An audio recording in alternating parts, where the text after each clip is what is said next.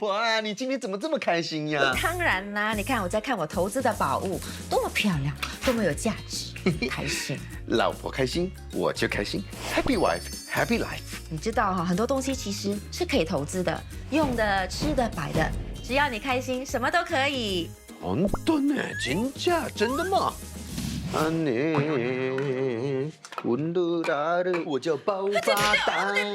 我叫你进一大堆东西了，你干嘛买这么多东西，欧巴？老婆是你说的吗？只要是我喜欢的，我都可以买来投资嘛，对不对？我有这么所以呢，我就买了一大堆的 commodities 大宗商品。commodity 不是叫你去买册子，我指的 commodity 是大豆这种东西。哎，比册子还厉害的我都有啊！你看，我有黑豆啊、绿豆啊、红豆啊，什么豆都有啊。指的不是这种豆，是那种制造豆腐的大豆。有啊，你看，又白又嫩的豆腐，还有啊豆干，还有你喜欢的豆浆，要不要来一杯Come, I clap for you.？Why clap again？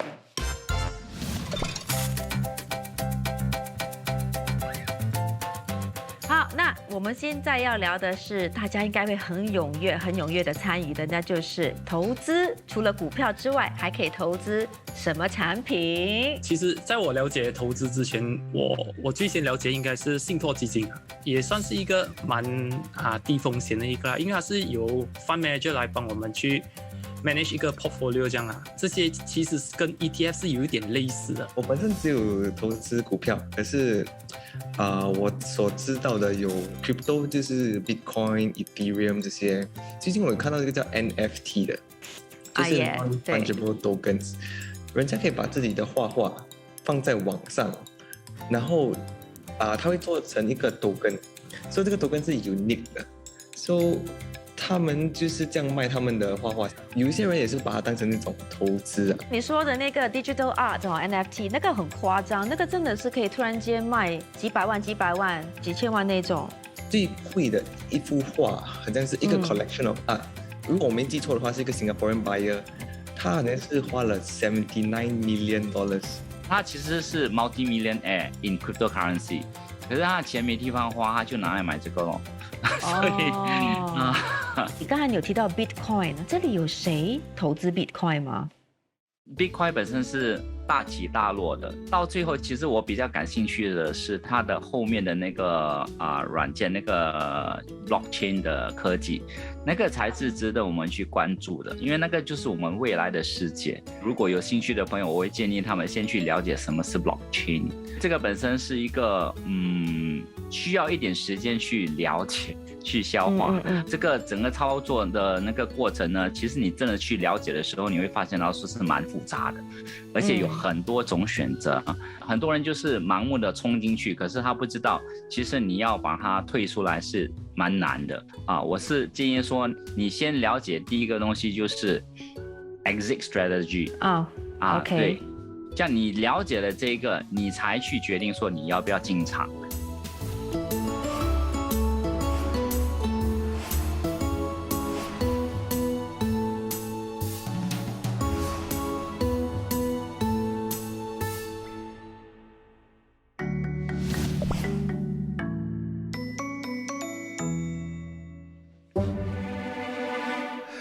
哇，我的 commodities， 这次啊是稳赚了，乖乖的待在这儿，乖乖的待在这儿了。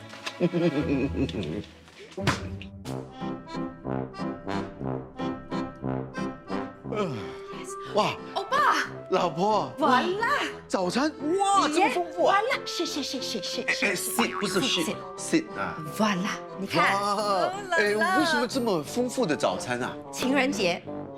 农历的吗？老公跟你在一起，每天都是情人节。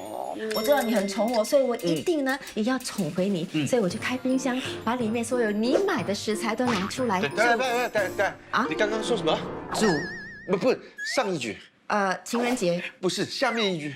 开冰箱，对，继续开冰箱你买，所有都是你买的食材啊！我只是拿你买的。我知道你喜欢吃我爱煮的东西。你看 ，crispy bacon，very crispy， 吃一口 ，British breakfast。哦啦啦，要加咖啡，我帮你搅新鲜的咖啡豆，也是你买的，耶！是不是要更浓一点？好，我搅大力一点，我搅多一点。哦 ，Brazilian coffee grind， 你听那个咖啡豆的声音。Oh my goodness， 了吗？商品简单来说就是制作生活所需品的基础原材料，大致上可以分为农产品、能源、牲畜、金属，比如棉花、大豆、石油、煤炭、钢铁、黄金等等。之所以被称为大宗商品，是因为这些商品所涉及的供需量和资金流动都极为庞大。可能乍听起来不觉得这些产品有什么特别，为什么会有这么多人投资呢？政治经济学有句名言：如果你控制了石油，你就控制了所有国家。虽然这个说法有点夸张，但是大宗商品就是属于生活中不可缺少的必需品。制作衣物你需要棉花，填饱肚子你需要玉米，建造屋子需要钢铁，生活和交通都需要能源。所以，大宗商品的范围涵盖了世界上所有人的衣食住行，一切生活所需。由于影响大宗商品价格的因素很多，因此它的价格波动也很大。举个例子，今年的玉米收成好，供应量大，价格就会比较低。反过来，如果遇到天气问题或害虫，产量减少，价格就会上涨。就因为大宗商品的供需变化影响价格波动，投资大宗商品比投资股票或债券的回酬更高。同理，如果亏的话，损失也会更惨重。既然波动大，风险高，为什么还有人要投资大宗商品呢？投资必须持有的一个想法，就是不要把鸡蛋都放在同一个篮子里。于是，除了股票或债券，有些投资者会把大宗商品也包括在自己的投资组合里。投资大宗商品的方式很多，从直接购买商品到购买生产商品的公司的股票，或者通过期货、差价合约等等，选择不少。每个方式都有利有弊，不存在哪一个最好或最安全的说法。因此，在选择大宗商品交易之前，一定要详细了解各种交易方式，考虑自己可以承受的风险程度后，才进行交易。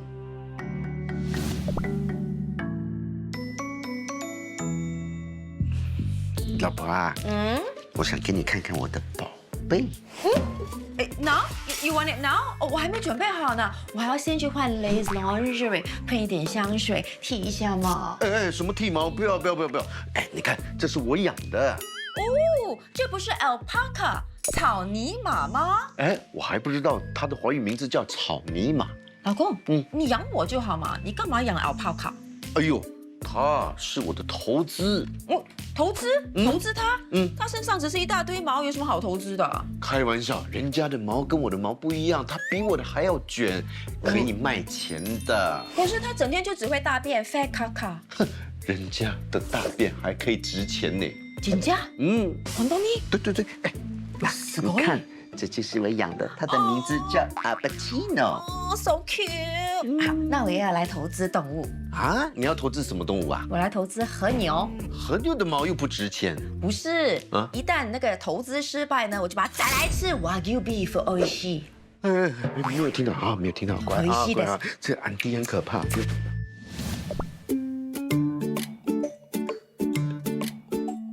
那另外一个就是我阿嬷每次跟我讲说要收黄金呐，所以另外一个好像可以投资的是黄金。我有，我的阿嬷有。为什么老一辈都这么喜欢黄金呢？黄金跟那个美金是有挂钩的，所以他们觉得那个价值会很大，而且以前股票市场算是可能是没有网上这样发达。而且因为他们有时候，这是我听我阿妈讲的啦，就是不用坐在那个 Teletext 面前，一直在那边看那个股票，自己也看 Teletext， 真的有年代的 SBC Text 真的有哎。他讲就不用一直坐在那边看，就我的想法就是说，你那个钱币会贬值，可是那个金价不会。所以以前老人家才会说想要拥有黄金或者投资黄金哦。因为其实你可以发现到说，举凡股市大跌的时候，黄金都会涨。如果你去看2008年那个时候股灾的时候，你会看到黄金就涨到非常的高。哦，可是我是觉得啦，买首饰黄金是最不划算的啦。你买首饰，你不只是给一个手工价，你还要给一个品牌费。品牌费，对对。你要卖掉或者拿回去金店当掉的时候他们完全不管这些所谓的品牌费或者是加工费，它就是称重啊。他可能还要再算你一个熔金费还是怎么样的，我不知道。所以我是觉得，如果你买首饰的话，其实是不划算的啦。所以现在我们 OK， 我来个总结，就是阿嬷的4个字非常重要。OK， 我们现在每个人去问一下自己的阿嬷，他们有没有黄金，然后有没有留给你，是不是交给你妈妈？你妈妈收着不要给你哈。我阿嬷还给我什么玉镯啊？玉镯可以投资吗？没有，不行。最近很多人一直在买 crystal 是吗？水晶啊，哦，那个我那个会涨价嘛？是水晶什么的，最近很红。就是我知道我朋友最近也是一直在投资买那个名牌手表啦。R 字头的，他们在买，然后他们说那个可以拿去卖很多，就是双倍之类的。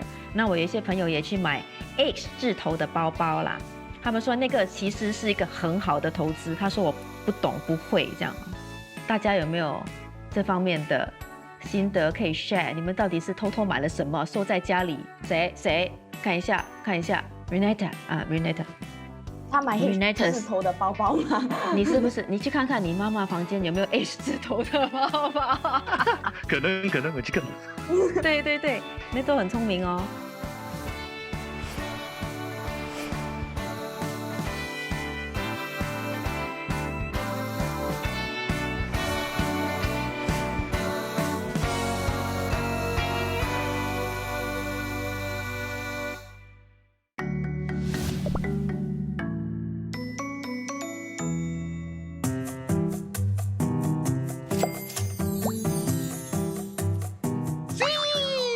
你在干嘛？什么？你在干嘛？我在 TikTok， 你不要烦我。我也要 TikTok 啊，对不对？哎，你要 TikTok 也要年轻一点嘛。你戴着金链很欧标哎。这 Come on，this is vintage， 纯金916 pure gold。真的假的？但你忘了，这是您妈妈送给我的嫁妆啊，简家。真的？你不相信？你把它融化了，换成现金，很值钱的。现在的金值多少钱？Oh, you don't know。1克呢就价值78块9毛5毛就119，那就说10克的话呢有700块钱哦。哎，等一下，你把我的黄金带去哪里？拿去厨房啊。去厨房干嘛？融了换钱啊，你说的。Mother-in-law, your son, your gold。投资股票除了需要有这方面的知识外，不是所有投资者都能承受股价起起落落所带来的压力，所以有不少人相信投资黄金能够带来更稳定的保障。举个例子，你10年前放在银行的1000块，经过10年的通货膨胀后，价值可能已经减少了25%了。可是如果你在10年前买了1000块的黄金，10年后的今天，它可能依然值1000块或更高。这也是为什么黄金被认为能够保值的原因了。尤其是遇到大事件的时候，比如疫情、金融危机或政治动荡的时候，黄金与其他资产比较，价格多数不跌反升，因此黄金也被认为是最佳的避险资产。现在你是不是突然觉得你的祖父祖母买的金饰突然间一点都不俗了呢？其实要投资黄金，不一定非得买首饰、金条或金币，还可以投资纸黄金。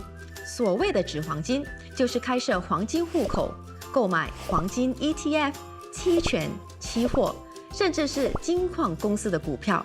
虽然首饰、金条是看得到、摸得着的实体物件，但是你需要解决储存的问题。还有这些实体物品含有制作费、经销费的成本，所以价格是比纸黄金的交易价格来得高的。而且，当你想要变现的时候，回收是按实际黄金的重量，你在购买时所付出的损耗费、品牌费、加工费等都不能计算在回收价中。不过，投资纸黄金还是需要一些金融知识的，这就是学习的重要性了。最后，我希望给大家一个提醒，想一想，黄金是否真的是最佳投资资产？为什么这么说呢？投资黄金与股票最大的区别在于，黄金本身不是生产性的资产，就是不会产生回报或现金流的一项资产。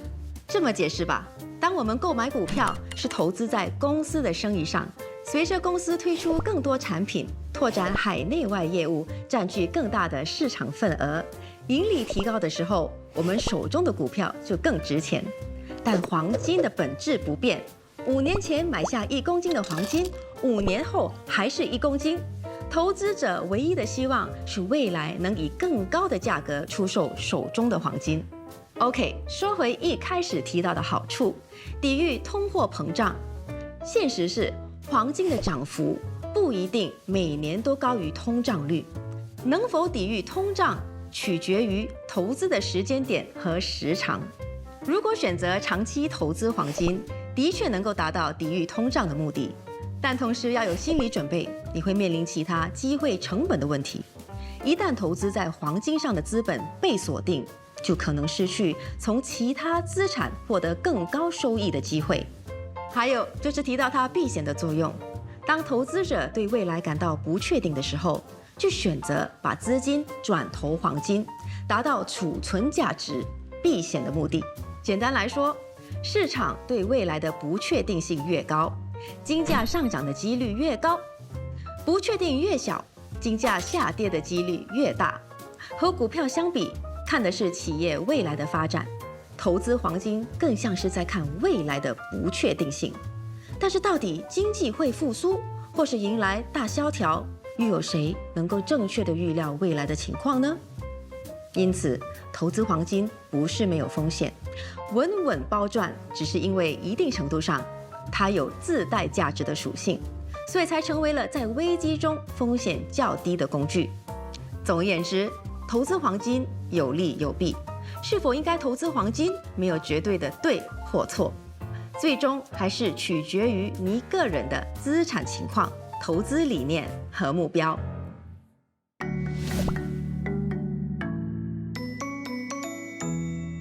嘿嘿嘿，老婆，我最近认识了比特币，我相信你应该不懂什么是比特币吧 Come on， 我认识他啊，比特币布莱德比特的弟弟啊。什么？谁啊？ Brad Pitt the brother。我说的不是好莱坞的 Brad Pitt， 我说的是虚拟货币能够投资赚大钱的比特币。你知道我是谁吗？比特币我当然认识，我跟他们弟弟很熟的。比特币还有弟弟啊？莱特币、以太币、新台币、人民币。Come, I clap for you. Now, in order to think about investing in crypto or cryptocurrencies, most people think of it as one monolithic category, but that's actually not the case. There are actually 3 types of crypto assets.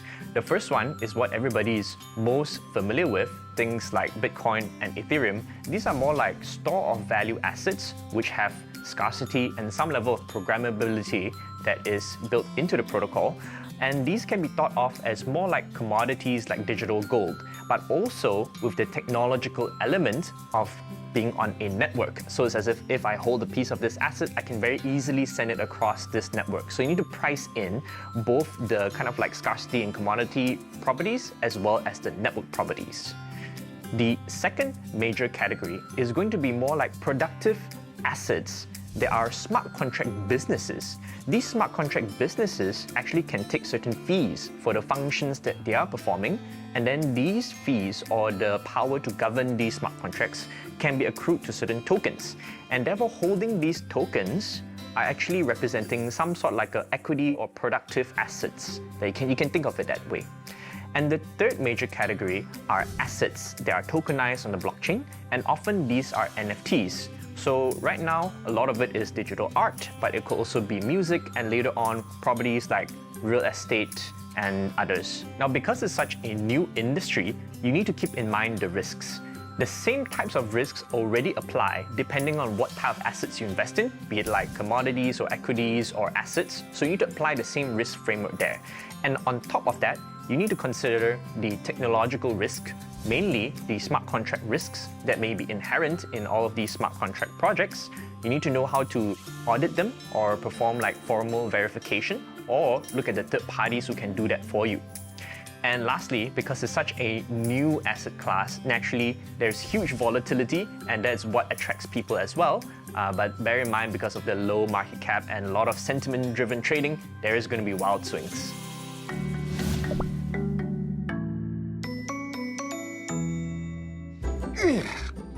老婆，我终于找到了一个适合我的项目停！我说啊，那个 SPCA 啊，不是 SPAC 啊，肯定适合我，可以赚到钱的。你知道什么是 SPAC 吗？我当然知道啊，我怎么会不知道呢？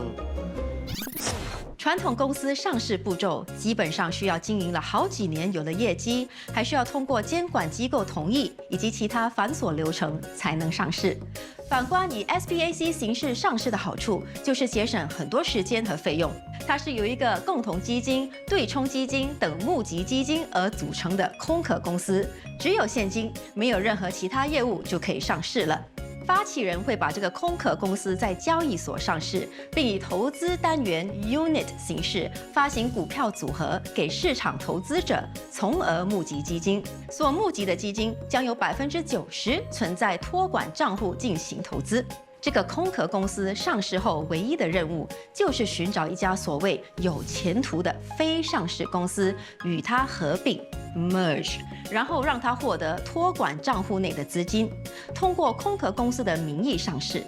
如果24个月内没有完成合并，这个 SPAC 就将面临清盘，将所有托管账户内的资金附带利息100%归还给投资者。 我很确定的，在2年之内，我一定可以上市的。你凭什么优势来吸引人家投资啊？当然是我的口才啊，我的颜值还有我的魅力嘛，对不对？对不对？啊，在2年之后呢，我就会成为1000万直播主，$10 million man， 比$6 million man 还要多出4个 million 呢。$10 million man，有一年你说你要去卖二手车，你说你1年内会成为 top sales， 结果怎样？ 怎样？你只卖了1辆，而且是卖给几。接下来你说你要去卖保险，你说你要在1年内成为 top agent， 结果怎样？怎样？你只卖了给我妈妈，还隔壁老王。哎呀，你不要这样子好不好？我都还没有开始你就泼我冷水，哇 ，never see, never try, never know 吗？ Okay, you want to know? I know. I know that you know. You know that I know, which means that I know you know. Everybody knows, and so you know. I know what you did last summer. 说到 SPAC 特殊目的收购公司，其实它不是一个新概念，但是2020年却被称为 SPAC 元年。那是因为2020年总共有407家公司在美国上市，而 SPAC 就有248家。 所募筹到的基金总额高达833.34亿美元，占了美股 IPO 总规模的60%。单是这一年内的数量，就比2009年到2019年的226家 SPAC 还多。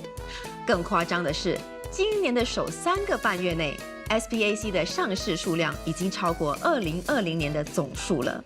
它的火热程度让新加坡交易公司 SGX 都开始拟定 SPAC 在新加坡上市的章程了。为什么 SPAC 会突然间这么火热呢？我们可以从管理团队、大众投资者和目标企业3方来简单说明。SPAC 的发起人可以是任何有口才的专家，只要他能说服行业专家、共同基金、对冲基金或有并购经验的金融机构共同组成一个管理团队，就可以寻求上市了。这就是为什么连李嘉诚的儿子、赌王何鸿燊的儿子、体育和娱乐界的明星、政客，甚至是他们的家属，都可以退出 SPAC。虽然管理团队没有薪水可以拿，但是他们在 SPAC 注册时，可以用很低的象征性价格购买一定数量的创始人股份。和目标企业合并上市后，这些股份就会转换成一定比例的公司股份，所以他们有以小博大的成功率。对投资者来说，如果 SBAC 与目标企业合并成功上市，手上的股票具有在未来增值的潜能。如果不满意合并案，可以投票否决，也可以选择不玩了，赎回之前所投资的资金。即使 SBAC 被清盘了，也能拿回大部分的投资，损失不会太大。对目标企业来说，本来可能不符合直接上市的资格，通过 SBAC 不仅可以避开以传统方式上市的繁琐过程，上市费用还比较低，因此更受欢迎。听起来 SBAC 是不是一项很完美的投资？错，大家一定要记住，任何投资都有风险。那么 SBAC 的问题是什么呢？第一， SBAC 也被称为空头支票公司，那是因为 SBAC 没有实际业务，投资者基本上没有什么资料可以进行投资分析，而团队能够用来说服投资者的，就是团队成员的身份和他们的成功史，以及这家 SBAC 的远景和未来的并购计划。但这不是承诺，没有任何的法律约束力。直白一点来说，讲话是不用钱的，可以怎么厉害吹就怎么吹。也就是说，最后的投资结果自负啦。第二，通过 SBAC 合并上市，监管门槛比传统的企业 IPO 要低得多。这些目标企业的商业模式可能还不成熟，现金流很少或几乎没有，也可能还在亏钱中。投资者又受到过度乐观情绪的影响，往往会忽略了企业真正的价值。所以，投资者要有心理准备，承担不确定性带来的风险和亏损。第三， SBAC 的期限通常是2到3年。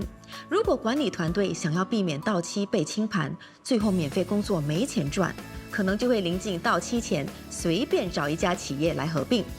这样的企业会为投资者赚钱的机会有多高？你可以好好的想一想。最后要提醒大家，如果你依然对 SBAC 兴趣非常浓厚， SBAC 在不同国家的结构和条例都会有一些不同，所以你一定要先了解清楚才投资。Hello, I'm Sharon. I'm Darren, and you know what? We want to reward our Money Home viewers with some amazing bonuses and some exclusive behind-the-scenes videos. And Darren's bloopers.